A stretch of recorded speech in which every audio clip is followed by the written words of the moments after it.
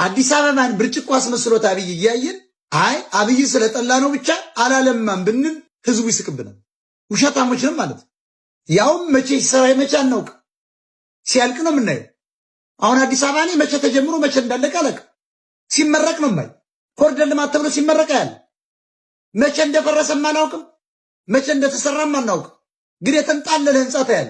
ምንም አልሰራም አትበል። አብይ በአምስት ዓመት ያውም በጦርነት ውስጥ ነው አዲስ አበባ እንደዚህ ካረገ ጎንደርንና ባህር ዳርን መቀሌን የመቀየር አቅም አለው ማለት አለው። ሰውየው አቅም አለው ማለት ከየትም ያምጣው ከየትም ገንዘቡን አዲስ አበባን ብርጭቆ አስመስሏል።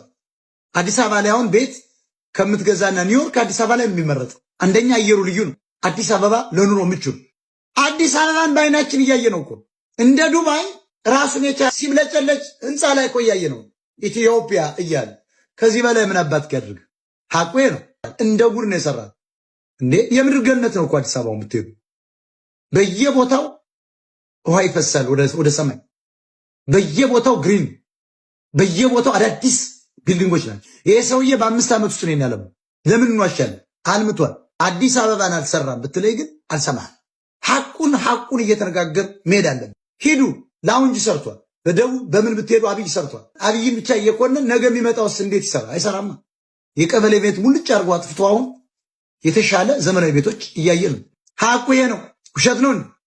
ሰርቷል በደንብ አድርጎ በአምስት ዓመት ውስጥ እየተሰራ ነው። አዲስ አበባ እንደ አዲስ እንደ አውሮፓ ከተማ እያሸበረቀ ነው።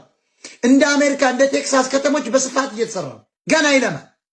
ስለዚህ ይህንን ማድነቅ ችግሮችን መንቀፍ አለን።